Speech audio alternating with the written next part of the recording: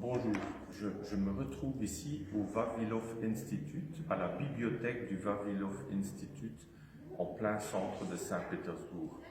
Donc c'est une institution très ancienne, je pense c'est de 1838, quelque chose comme ça.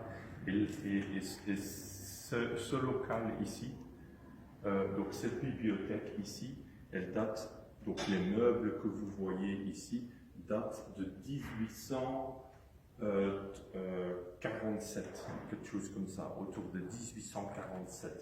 Donc c'est vraiment impressionnant. On retrouve ici des livres d'une importance, d'une richesse impressionnante. Par exemple, là j'ai trouvé un livre de 1894, c'est Annales de la station agronomique du département de l'Oise, électroculture de Beauvais, de 1894. Donc j'ai trouvé cela ici.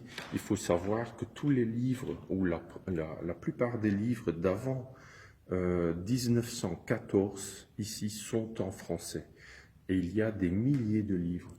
Au total, en nombre de documents, ils m'ont dit qu'il y a 1 700 000 documents entreposés dans les bibliothèques et dans les archives ici, dont des milliers en français. Donc c'est vraiment d'une richesse inestimable. Donc le personnel a été extrêmement gentil, aimable. Je leur ai offert ma thèse de fin d'études sur l'influence de la musique sur les plantes. Et après, le jour après, ils ont parlé entre eux et ils m'ont offert la copie de ce livre. Donc c'est vraiment un grand merci, toute notre gratitude à cet institut qui est là vraiment pour sauvegarder toute cette richesse de connaissances et de nous le partager. On a aussi trouvé des livres sur comment cultiver des légumes dans des zones froides, comme en Sibérie, comment cultiver des pommes de terre en Sibérie par exemple. Alors imaginez-vous toute la richesse des connaissances, ça ouvre